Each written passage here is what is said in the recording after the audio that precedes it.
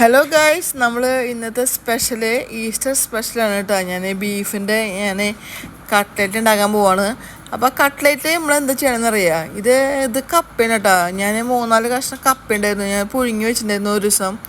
അപ്പോൾ അത് ബാക്കി വന്നപ്പോൾ ആ കപ്പ വേസ്റ്റ് ആക്കണ്ടല്ലോ വെച്ചിട്ട് ചെയ്തതാണ്. അപ്പോൾ കപ്പയുണ്ട്, ഒരു പൊട്ടറ്റോ മഞ്ഞപ്പൊടി ഉപ്പിട്ട് വേവിച്ചിട്ടുണ്ട്. ഇത് കപ്പ ഓൾറെഡി കുക്കഡാണ്. അപ്പം മിക്സ് ഇട്ടിട്ട് ചെറുതായിട്ടൊന്ന് നമ്മൾ ബ്രെഡൊക്കെ ഒന്ന് നമ്മൾ ക്രഷ് ചെയ്യില്ലേ, അതുപോലെ ക്രഷ് ചെയ്യാം കേട്ടോ.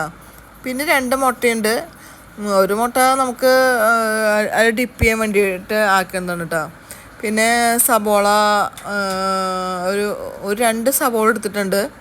ഒരു 3 പച്ചമുളക് എടുത്തിട്ടുണ്ട്. നല്ല പോലെ ബോയിൽ ചെയ്തിട്ട് അതിന് ശേഷം നമുക്ക് മസാലകൾ ചേർത്ത് കൊടുക്കാം കേട്ടോ. അതിൽ ഞാൻ വെളുത്തുള്ളിയും ഇഞ്ചിയും പേസ്റ്റ് ആക്കിയത് ഞാൻ അതിൽ വീഡിയോ ഉൾപ്പെടുത്താൻ പറ്റിയില്ല. അപ്പോൾ അത് നോക്കിയിട്ട് വേണം ചെയ്യാം കേട്ടോ. പിന്നെ ഞാൻ മസാല ചെയ്തിട്ടുണ്ട്. മല്ലിപ്പൊടി, മുളക് പൊടി, അതുപോലെ ഗരം മസാല, കാശ്മീർ ചില്ലി പൗഡർ. ഇപ്പം ഞാൻ ചേർത്തുള്ള കുരുമുളക് പൊടിയാണ് കേട്ടോ. അപ്പോൾ അതൊക്കെ കൂടിയിട്ട് പിന്നെ സ്പൈസി നമ്മുടെ ഗരം മസാലയും കൂടിയിട്ട് ചേർത്തിട്ട് നല്ല പോലെ ഇളക്കിയെടുക്കുക. അപ്പോൾ അതിന് ശേഷം അത് മൂത്തതിന് ശേഷം, അതായത് നമ്മുടെ മസാലയൊക്കെ മൂത്തതിന് ശേഷം ഞാൻ നമ്മുടെ സ്പൈസസ് എല്ലാം ഇട്ട് കൊടുത്തു. നല്ല പോലെ ഇളക്കി യോജിപ്പിന് ശേഷം അത് വേറൊരു ബൗളിലേക്ക് മാറ്റി ചെറിയൊരു ചൂടോട് കൂടിയിട്ട് ബ്രെഡ് ഒരു 3 പീസസ് ഞാൻ അതിലേക്ക് ആക്കിയിട്ടുണ്ട്. ഒരു 3 മുട്ട അതിൽ ആഡ് ചെയ്തിട്ടുണ്ട്.